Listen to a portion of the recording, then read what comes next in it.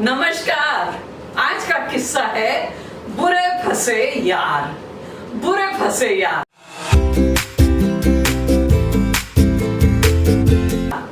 देखिए, प्राणों में सांस, जीवन में विश्वास, भगवान की पूजा और अरदास का जितना महत्व है उससे कहीं ज्यादा महत्व है घर में हास परिहास का, जीवन में उल्लास का।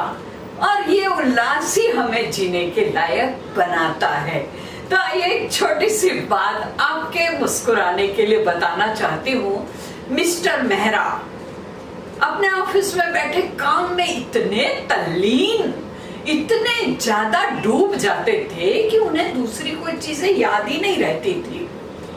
पत्नी का 3 बार फोन आ गया, अरे जल्दी निकलिए ऑफिस से, मिस्टर रंगनाथन के यहाँ विवाह अटेंड करने जाना है, आप अभी तक ऑफिस में बैठे हैं, बारिश का समय है, अगर बारिश चालू हो गई तो मिस्टर रंगनाथन के यहाँ पहुंचना भी बहुत मुश्किल हो जाएगा, आप अभी तक क्यों नहीं निकले। मिस्टर मेहरा सोचने लगे, वाह सचमुच में मैं क्या इतना लापरवाह हो गया हूँ, 3 बार फोन आए और मुझे याद नहीं रहा। ओह माय गॉड, ये स्वभाव तो बदलना ही पड़ेगा। खैर साहब, वो अपनी गाड़ी लेकर निकले। रास्ते में जब जा रहे थे तो उन्होंने देखा उनके ही ऑफिस की रिसेप्शनिस्ट जूली बस स्टॉप पर खड़ी थी और बड़ी मूसलाधार बारिश हो रही थी। उन्होंने गाड़ी रोकी, दरवाजा खोला, जूली से कहा, जूली बैठ जाओ, मैं तुम्हें तुम्हारे घर तक छोड़ देता हूँ। जूली तुरंत लपक कर बैठी जैसे वो राह देख रही थी और बोली, सर बहुत बहुत थैंक यू सर, बहुत थैंक यू सर, आप नहीं जानते मैं 1 घंटे से खड़ी हूँ, एक भी टैक्सी नहीं आ रही है, बस नहीं आ रही है और ऑटो वाला इतनी सी दूर का 150 रुपए मांग रहे सर, मेरे पास तो इतने पैसे भी नहीं है। तो मिस्टर मेहरा ने कहा, कोई बात नहीं, चलो मैं तुम्हें छोड़ देता हूँ। तो जूली बोली, सर आपको रंगनाथन जी के यहाँ जाना था, मेरी वजह से और देरी हो जाएगी। उन्होंने कहा, कोई बात नहीं, बस थोड़ा सा ही तो टर्न लेना पड़ेगा ना, हो जाएगी, देरी तो हो जाएगी। खैर जूली को उन्होंने उसके घर तक छोड़ा। बारिश बहुत जोरदार हो रही थी, एकदम धनाधन धनाधन। जूली बिल्कुल गाड़ी से निकली, अपने दोनों सैंडल को हाथ में पकड़ी और भागते हुए ये जा वो जा रफू चक्कर हो गई। अब मिस्टर मेहरा ने गाड़ी स्टार्ट की, बारिश थी, ट्रैफिक भी जाम था, गाड़ी धीरे धीरे चली और ये प्रकारेण चाहे देर से ही सही वो घर तो पहुंच गए। अब उनकी पत्नी एकदम तैयार खड़ी थी, इन्होंने भी तुरंत कपड़े बदले, तैयार हुए और दोनों गाड़ी में बैठे और मिस्टर रंगनाथन के विवाह समारोह में उपस्थित रहने के लिए वहां से रवाना हो गए। रवाना हुए, बारिश ने और जोर पकड़ लिया, गाड़ी रेंगते हुए धीरे धीरे चल रही थी।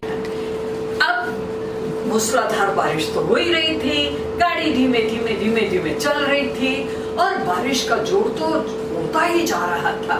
अचानक ऐसा लगा मिस्टर मेहरा को कि गाड़ी गड्ढे में कूदी और गाड़ी बंद पड़ गई। उन्होंने दरवाजा खोला और देखा तो सब ठीक ठाक था। जब उन्होंने नीचे टटोला कि शायद क्लच के पास उन्हें कुछ एक चीज ऐसी दिखाई दी जिससे कि वो घबरा गई, ये क्या है, कोई पत्थर है या कोई सामान है। जब उन्होंने उठाकर देखा तो अरे बाप रे, तो सैंडल का एक पैर है। जरूर जूली की सैंडल का ये टुकड़ा निकलकर गाड़ी में गिर गया। अगर बीबी को मालूम पड़ गया तो आज तो मेरी पिटाई निश्चित है। तो तुरंत उन्होंने ऐसे खोजते हुए उस टुकड़े को पकड़ा और धीरे से बहाना बनाकर पानी में बहा दिया, आकर गाड़ी में बैठ गए, दरवाजा बंद हुआ और दोनों धीरे धीरे रंगनाथन जी के घर तक पहुंच गए। वहां पहुंचे, शादी का जश्न चल रहा था। घर क्या था, अच्छी खासी महफिल लगी हुई थी, शादी का जश्न चल रहा था। अब मेहरा जी की बीबी बेचारी पूरी गाड़ी में ढूंढ रही है। तो मेहरा जी ने पूछा, क्या हुआ? अरे क्या बताओ, मैं गाड़ी में बैठी तब तो दोनों सैंडलें ठीक थी, अब एक सैंडल का पैर पता नहीं कहाँ गिर गया, अगर मिल जाता तो मैं लगा लेती, अब मैं कैसे जाऊं। अब वो बेचारी इतनी ऊंची एड़ी की सैंडल थी, बिना उसके जा नहीं सकती थी, वरना उसकी साड़ी नीचे लपक जाती। आखिर में उन दोनों को शादी बिना अटेंड किए ही लौटना पड़ा।